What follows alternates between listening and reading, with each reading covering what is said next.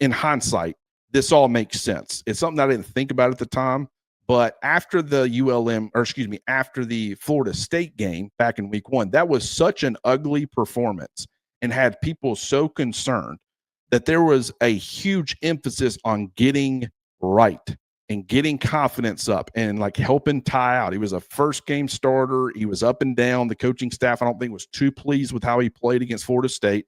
And so the goals for ULM and even for Wisconsin the week after, it was different than this. I more so thought, hey, treat this the same way. You're coming off a loss. Ty's kind of struggling a little bit. The offense is really struggling. Use this as a get right game.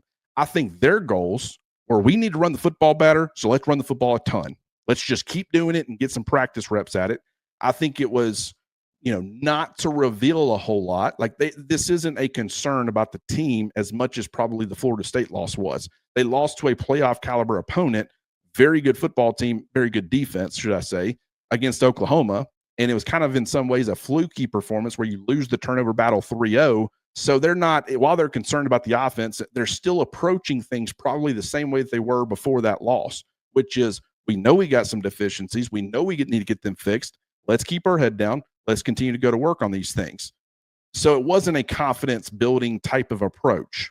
And they didn't want to put a whole lot on tape for the SEC championship, for Auburn next week, for the college football playoff, any of those potential situations. They did what they have done in the past, which is we're going to win this football game. And they have assumed that in some situations where they shouldn't have assumed that, and that has gotten them beat, in my opinion. But against this type of opponent, you didn't have to worry about that. Didn't matter if you didn't take them seriously. You were going to win this game. You just hoped that it didn't look overly ugly, and it didn't. There were some bad moments, but different approach, totally different approach than it was earlier this season. We'll be talking more about that because I do think that's an important distinction to make.